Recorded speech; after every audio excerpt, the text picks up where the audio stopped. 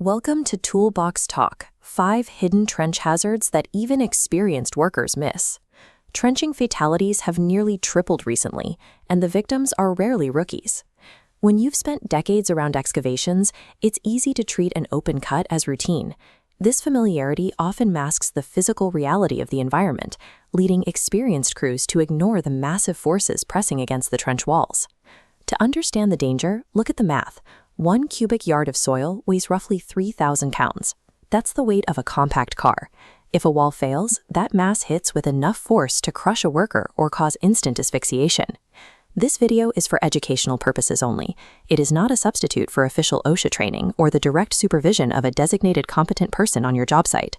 OSHA's 29 CFR 1926 Subpart P provides the regulatory framework, but actual survival depends on reading the invisible physics and chemistry operating below the surface. Staying safe requires looking past how the hole looks and diagnosing the hidden forces waiting to trigger a catastrophic collapse. Hazard number 1 is the vibration zone. Many workers assume a trench wall is a static object, but job sites are actually under constant dynamic stress from highway traffic and heavy machinery. Vibrations travel through the ground primarily as Rayleigh waves, forcing soil particles into an elliptical path. In granular or wet soils, this constant motion causes vibration-induced liquefaction. The friction between soil grains breaks, and the wall slumps into the trench.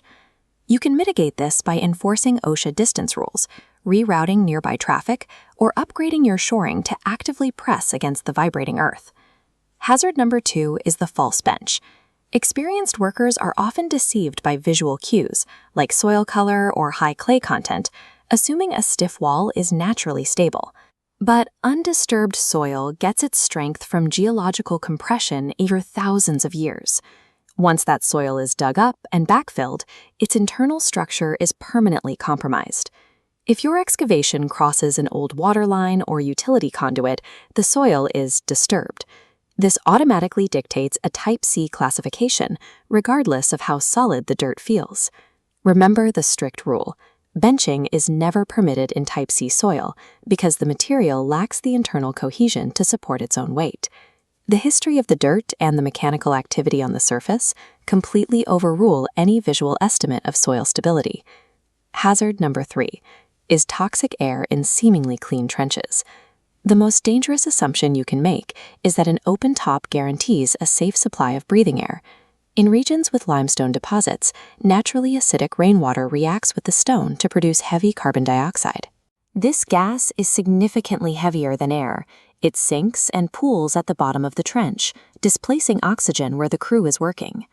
Volatile organic compounds from nearby industrial sites can also migrate through the soil's pores. Meanwhile, the anaerobic decomposition of buried organic matter, like old sewage or vegetation, can fill the trench with methane or toxic hydrogen sulfide. To prevent asphyxiation, mandatory atmospheric testing with a 4-gas monitor is required for any trench deeper than 4 feet, where these hazards are reasonably expected.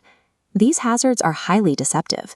By the time you can smell hydrogen sulfide, your olfactory nerves are often paralyzed, leaving you with a false sense of security in a lethal environment.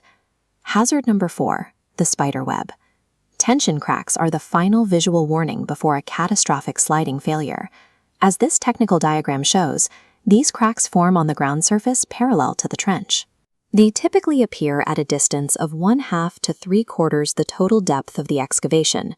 If you see these cracks forming, the soil mass is already in an active state of failure. It is in motion, and the installation of shoring may already be too late to prevent a collapse. Hazard number 5 is the hydrostatic and geodynamic surcharge. A common myth is that a trench box guarantees survival against all types of collapse. Boussinesq load theory explains how surface weight behaves.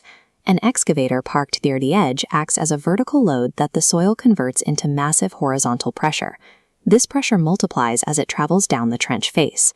Water pooling on the trench floor adds hydrostatic pressure, creating quick conditions that cause the soil to heave upward and undermine your protective systems. To mitigate this, keep all spoil piles and equipment at least 2 feet back from the edge, and understand that active hydraulic shoring is designed to prevent movement, while passive shielding only protects you after the collapse starts. A trench box is a shield, not structural support. If surface pressures are miscalculated, the lateral forces can crush or bury the box entirely. Survival depends on the competent person checklist.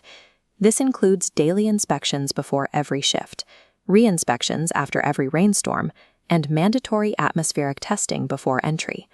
Furthermore, OSHA requires safe access and egress, like a ladder or ramp, within 25 feet of lateral travel for workers in a trench 4 feet deep or more. True safety culture doesn't rely on luck or intuition. It relies on solid engineering, accurate data, and proactive defense against the forces you can't see. Protective hardware is only half the battle. Surviving the trench depends on identifying the hidden hazards.